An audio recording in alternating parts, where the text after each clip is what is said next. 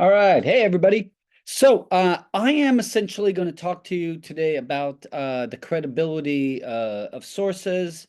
We're going to do essentially three things. We're going to look at what makes someone credible as an expert. Then we're going to look at the issue with credibility of sources. Then I'm going to tell you guys how to apply this to your midterm. And finally, I'll just mention that you'll need to apply it to your final as well. Let's get going. Let's do it. So first of all, let's just get in, share screen and we'll do this one. There we go. Okay. The credibility of sources. Before we, let me just say really quick about, what do you want to look for credibility of sources? Obviously, you want to look for sources we can trust, but of course, the question is, all right, so which sources can you actually trust, right? One of the signs that you could get that a source is a good one is that other sources agree with it. For example, let's say a news story came out, and you see that a bunch of news sources essentially say one thing, but another news source says something else. Well, that gives you a reason to doubt that that place is right, right? Or let's say you're looking for a scientific fact and a bunch of places say this and another place says that. Well, that place is standing out, right? That doesn't mean it's wrong, but it's a good sign that it's probably wrong. Right? So, agreement among sources, especially credible sources, is essentially a really powerful one. Another is to make sure that a source is up to date. A lot of times, especially on the internet, a page can live forever. Next thing you're getting information about something from 2004, right? So you want to make sure that the dates over there. A source that represents a credible author or organization. If, for example, you know that the source comes from the World Health Foundation, the World Health Organization, or the International Monetary Fund, or let's say the American Psychological Association, right? Those are all credible organizations, right? Um, if, on the other hand, you're getting a website where you're not really sure who is this organization that is responsible for this, or you find out that the organization involved is lacks some sort of credibility for some reason, you want to take that into consideration. Next, a source that's not biased, and you know by now how hard this is because you're biased, I'm biased, everybody's biased, but most news organizations and most sources, period, really make an effort to eliminate bias as much as possible.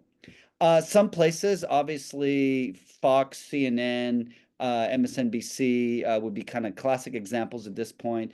Specifically, really try not to. They talk to their audience in a fairly biased way.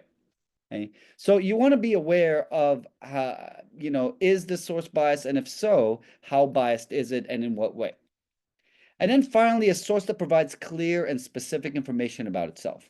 If you don't know what the source is and they're not telling you, what are they hiding? Are they literally a fake source? And there are fake news in the sense that literally it is fake, right? Okay. Now, I'm going to go get back to sources in a little bit, but first, the inappropriate appeal to authority fallacy. We already kind of talked about that, but I want to go over a few things here that kind of matter. So this is airborne, and airborne essentially you can find it in any American airport, and it's supposed to essentially make sure that you don't get sick on a plane. And it's what it does for credibility is it tells you it was created by a school teacher. Now, why would that make it credible as a way to not get sick on planes? Well, you got me. The idea is that preschool or school teachers are around kids and kids are sick a lot. So so they know a lot about illness because they're around sick kids a lot. Notice that doesn't tell you why they would be better than, let's say, professional pharmaceutical companies that have like PhDs, hundreds of them working on things, right? Airborne is bullshit. And it's not actually allowed. If you look at the package, they don't actually make claims on the package to do anything because the federal government has said that they cannot do that because it would be false advertising. The only thing they got is created by a school teacher, and they're hoping that people will essentially buy their product, and millions of Americans every year do. And, um, let's say this is Dr. Rodriguez. Dr. Rodriguez essentially is a bone doctor, right? An orthopedist. And let's say you go to her and she tells you, look, I think you might have lung cancer after looking at an x-ray. How credible is she? Well, notice she's not incredibly highly credible because she's not an expert on cancer. She's not an oncologist, but she is a doctor, right? She is trained in a lot of things. So, maybe a medium credibility. Mm. Obviously, she has some credibility here, but not as high as you could be. Now, let's say this is Dr. Chen, and Dr. Chen essentially is an expert in this field. Let's say Dr. Chen is a climatologist, right? Notice a climatologist would be somebody who is an expert on the issue of climate, including climate change, right? So now things to consider. Does the person have enough expertise in the subject? Well, in this case, um, let's say that Dr. Chen does. But now look at our second point, right? And Dr. Chen here is different than our school teacher or Dr. Rodriguez, right? Is there wide agreement in the subject between other experts in our experts field? And in this case, if Dr. Chen tells us, no, actually, climate change is not a serious thing and human beings are not creating climate change, then they're very much a minority in their field, and there's reason to be very skeptical of what they're saying. That doesn't mean they're wrong, but it does give you reason to be very skeptical. They're an expert, but so are many, many, many other people. Why is it that they have not managed to convince those other experts? Then there's things where you want to know if can anyone really be an expert on this, right? And there's some things that you cannot be an expert about at all because there's no knowledge at all to be had in that field. So for example, you could be an expert astronomer, right? There's all this knowledge you can have about the cosmos, exactly how everything works, but you cannot be an expert astrologer because astrology is a pseudoscience with no real truth for you to know, right? So you can only be an expert on things that can be known, right? Um, is there any reason to think that the person in question is significantly biased? Let's go back to Dr. Chen. Let's say Dr. Chen is essentially appearing on TV and getting paid for that, right? So he goes on TV, he's essentially getting paid by oil companies to say that, or maybe by the TV stations themselves, or maybe both, to say that climate change is not real. Well, that should give you pause, right? Anybody that's trying to sell something, including themselves, is clearly going to be biased in some way. Again, that doesn't mean they're wrong, but it does mean that there's a significant bias that you want to pay attention to. Again, when anybody is selling anything or has any conflicts of interest. Okay, now what are the things we're looking for here, right, to determine if someone's an actual expert? So number one, their education and training from reputable institutions or programs in the relevant field. Usually that's what a degree is for. So right now you're here getting a BFA. Why are you getting a BFA? You're getting a BFA because a BFA will essentially tell people that you are an expert. Okay? And if it tells people that you are an expert, then people will essentially, give you jobs, right? Um, if you got an MFA, right, that would make you even more reputable, right? So all that stuff really matters, right? Next, you have experience in making reliable judgments in the field. This is really, think of the stuff that goes into your resume or CV, the things you've done, right? That shows that you essentially have experience, you have hands-on success, right? Now, the third is reputation among peers, right? Let's say you tell me you're an expert mechanic. I have no idea if you're an expert mechanic. How would I know? I don't really know anything about mechanics, really. But if other mechanics think that you're a really good mechanic, that's going to tell me a lot, right? So reputation among other experts that can really evaluate who is good at what they're doing and who isn't can go a long way. And finally, professional accomplishments, awards, publications, etc. So these are essentially, so let's say you won an Oscar, right? And you're an actor, right? Well, that is a validation, right, of your expertise as an actor, right? Or let's say you've published something. You're a climate scientist and you've published, 20 papers on climate science, right? That really says something, right? So any of those professional accomplishments speak a lot to your expertise. Okay, so that's all I'm going to say about specific people. Now, let's think about, can you trust the media? Now, if your answer is no, you've got a problem because don't you think you know some stuff about the world? And if you don't trust the media, where the hell do you get that stuff from? And for really almost all information that is not your immediate experience or in academic journals is stuff you get from the media. If you can't trust them, you probably know almost nothing about the world. So you got to trust someone, and that is really a problem. So we've got problems. Number one, a lot of the media is full of personal opinions that really distort or bias the news. Instead of just giving you the news, they're giving you something more than that. A lot of this is connected to the 24-hour news cycle because a lot of people like me read the news a lot or watch news a lot. And you got to fill up all the time constantly with new things. The TV news are especially bad at this. They do a lot of infotainment where they have these experts that manage to get people upset or riled up or get people laughing, where the experts are really good at getting people to watch rather than necessarily real experts in their field. Right? And a lot of this is because this is what the public wants, right? The public doesn't really want straight news. The public doesn't want the boring facts. They want, if it bleeds, it leads. They want things that will make them feel superior, that will make them feel angry, that will be exciting and dynamic, right? The best news, video-wise, in the United States is PBS News. It is incredibly boring, but very straightforward, right? Almost no one watches it. People want the things that are going to be fun for them. Add to that the fact that these days, essentially, people think of political ideologies kind of like a sport where they have their team versus the other team, right? This really doesn't help. So, who do you listen to? How do you decide? Hopefully, you have some sort of idea right now or not, but you really need to. So, uh, here are three things I think are pretty good. Reuters is great. Out of London, it gives you essentially just the news. The Associated Press, or AP, out of Washington, D.C., has been around for a very long time. They tend to do very good work.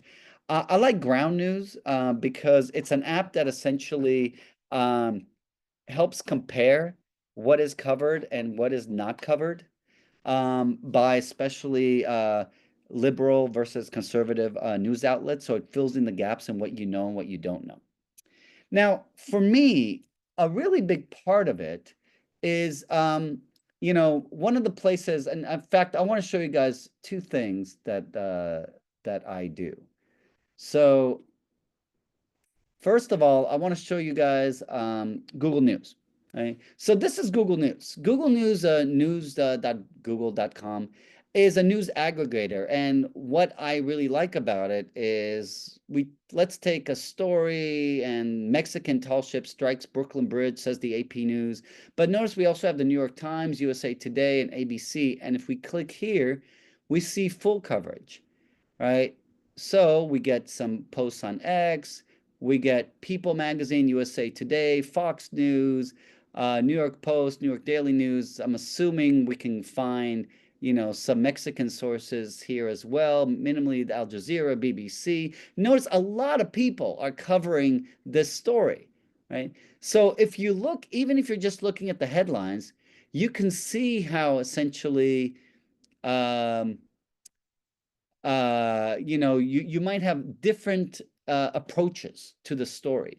And you can compare news sources by this, especially something that might be more politically fraught, like let's say this thing with Israel, right? You might see even just by the headlines, and I would say read the actual stories as well to get an idea. But you might see even just by the headlines how different places might cover this issue very, very differently. Okay, so that's one thing I highly recommend you do that to get an understanding of what some of the sources are. Another thing I do is I'm a fan of Reddit World News. Now, Reddit World News essentially is really good in one sense. It really is a world news kind of place. You get news from all over the world. I think it's super interesting, though it definitely skews left in terms of the people who are commenting and what is posted. Both of those things are important to know. So, let's say I'm looking here, Saudi report, Mohammed Sinwar's body found in tunnel. This is from Ynet News. Uh, I'm assuming most of you have not heard of Ynet News. I happen to know what Ynet News is, so I'm not, let's say, going to look it up, or maybe I will look it up. Why not? So, what is Ynet News? So, what I'm going to do is I'm going to open up another tab and I'm going to go to mediabiasfactcheck.com, right? Mediabiasfactcheck.com is something you see here that I have it right here. I use it all the time. Every time I encounter a news source, because let me tell you, Reddit World News, there's bots on there. There are essentially accounts that put on very biased news, especially from far left, but sometimes also from far right. And who knows how many Russian bots are there? So you want to essentially check these things. So I'm going to put in Ynet News. And this is a free site, and here's what it's going to tell me. So results for Ynet News, and here's what it says. So notice, first of all, it's giving me the bias. And Ynet News has a left-center bias, though they're high factual reporting, right? So overall, we rate Ynet News as left-center bias based on editorial positions that moderately favor the left. So notice mostly it's not necessarily the news, but the editorials that are connected with this website. And rate them high for factual reporting due to proper sourcings and a clean fact check record mean they've never been caught actually, saying something false. And here's all essentially the detailed. Um, this is with Israel. It has moderate press freedom. It's a high traffic website. And all in all, they're giving it a high credibility. They're telling you about the history of this place, their analysis for it, the failed fact checks. And that's about it for this one. So let's do one more. Let's say our second story here is from SCMP. So this says China puts heavy 75% chance of U.S. imports of vital engineering. And I believe this is SMP is South China Morning Post. So let's look up the South China Morning Post. I don't know if that's from Hong Kong or if that's from Guangzhou. Okay, so let's see how that is.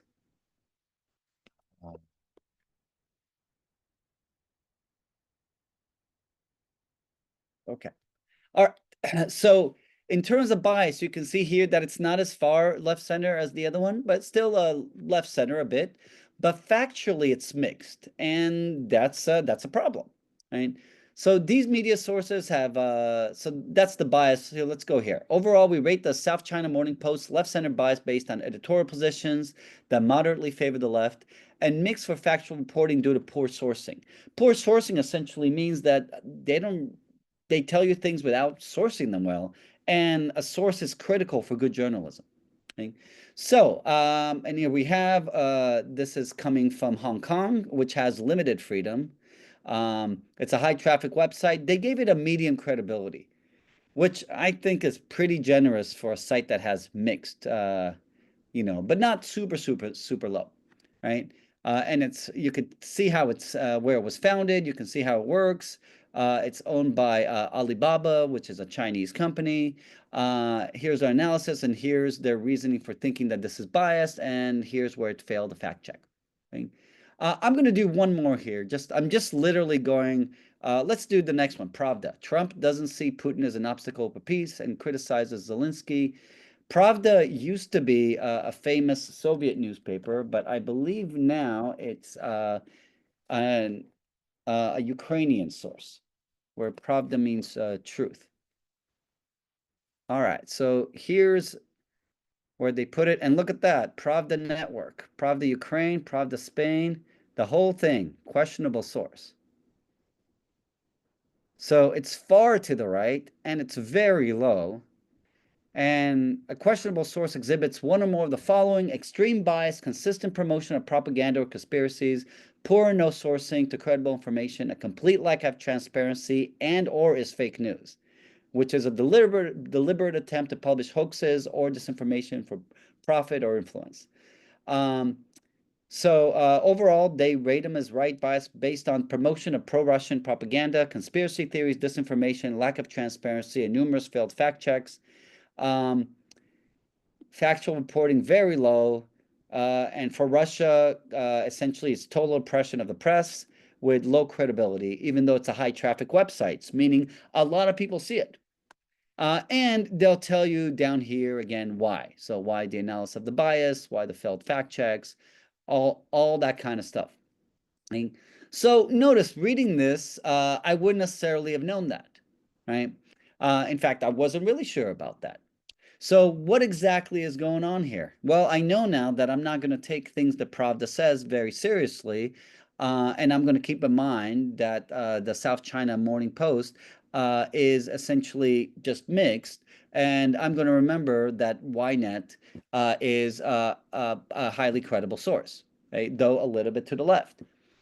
So you want to keep those in mind, right? Once I generally do it, I don't need to do this every time, but I have an idea of what I'm seeing, and I become much smarter in my ability to essentially decide what to believe.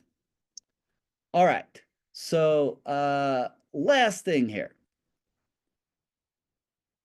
Okay, so on your midterm, right, you have a survey study, and essentially in there, it's asking you how credible is the study and why.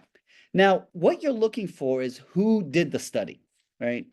You're not looking for, let's say, where you saw the study. So if, for example, you saw the study on the CNN website, you're not looking for CNN. You're looking for the source that actually did the study.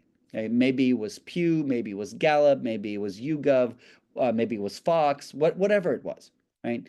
How credible is this source and why? All right. So the idea is I want you to briefly research the source of the study or survey. Right? How credible is this source in terms of expertise on the subject? So you're looking here for, if your source, let's say, is a person that did the study, or you find out who the lead researchers are, you could essentially look up the kind of stuff I talked about here. If it's a source, obviously you want to look at the source itself. Do you have any reason to think the source is biased and should not be trusted for some reason? If possible, you want to use mediabiasfactcheck.com that I just showed you for the source, and most major sources will be there. If not, then research the expertise of the source directly.